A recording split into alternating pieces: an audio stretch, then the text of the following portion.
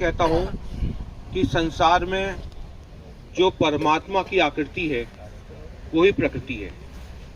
तो इस प्रकृति का संरक्षण करना, इसकी पूजा करना, ये हम सभी का कर्तव्य बनता है। जैसे हम अपने धर्म के हिसाब से अपने अपने ईश्वर को पूजते हैं, तो प्रकृति सभी के लिए कॉमन है। चाहे वो किसी धर्म से जुड़ा व्यक्ति है, सभी को नेचर की आवश्यकता है, प्रकृति की आवश्यकता है। तो जब आवश्यकता हमें है तो उसका ध्यान रखना, इसकी देखभाल करना भी हम सभी का कर्तव्य है। ये जो प्रकृति है एक शाश्वत काल से चली आ रही है और हमारे बाद भी रहेगी। तो जो चीज़ शाश्वत है उसी को संरक्षण करना हमारा दायित्व बनता है।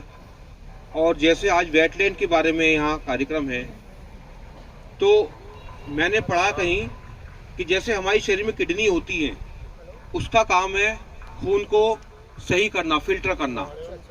इसी प्रकार वेटलैंड का काम होता है प्रकृति में जो अशुद्धियाँ आई हैं, वातावरण में जो हानिकारक तत्वाएं हैं, तो वेटलैंड के माध्यम से शुद्ध हो सकते हैं। और जहाँ पानी भरा रहता है उसके आसपास, जैसे सभी लोगों ने बताया कि वहाँ आसपास खेती भी अच्छी होती है क्योंकि वाटर लेवल बढ़ जाता है। तो कहीं ना कहीं सभी चीज़ें, वेटलैंड है या कुछ भी है, ये सब मनुष्य के जीवन के लिए बड़ी उपयोगी है।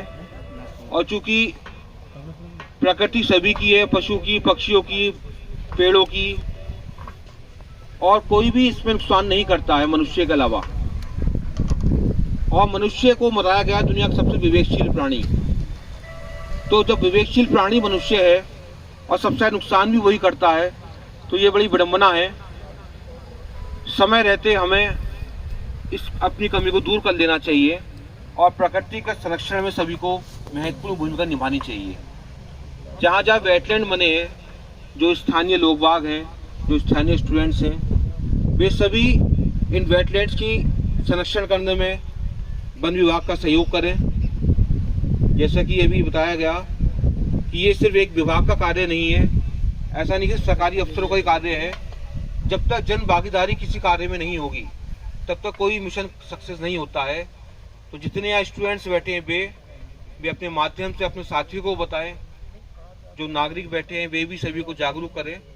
और जो वेटलैंड सरकार ने बनाए हैं हमारे आसपास में, तो ये फजूलागंज में बना है, इसकी सुरक्षा, इसकी संरक्षण के लिए सभी लोग मिलजुल के कार्य करें। यही आज के इस कार्यक्रम में मेरी शुभकामनाएं हैं। आप सभी को बहुत धन्यवाद देता हूं कि आपने मुझे, मेरे बच्चों को इस कार्यक्रम में बुलाया। धन्यवाद सभी का। जय हिंद, जय भारत।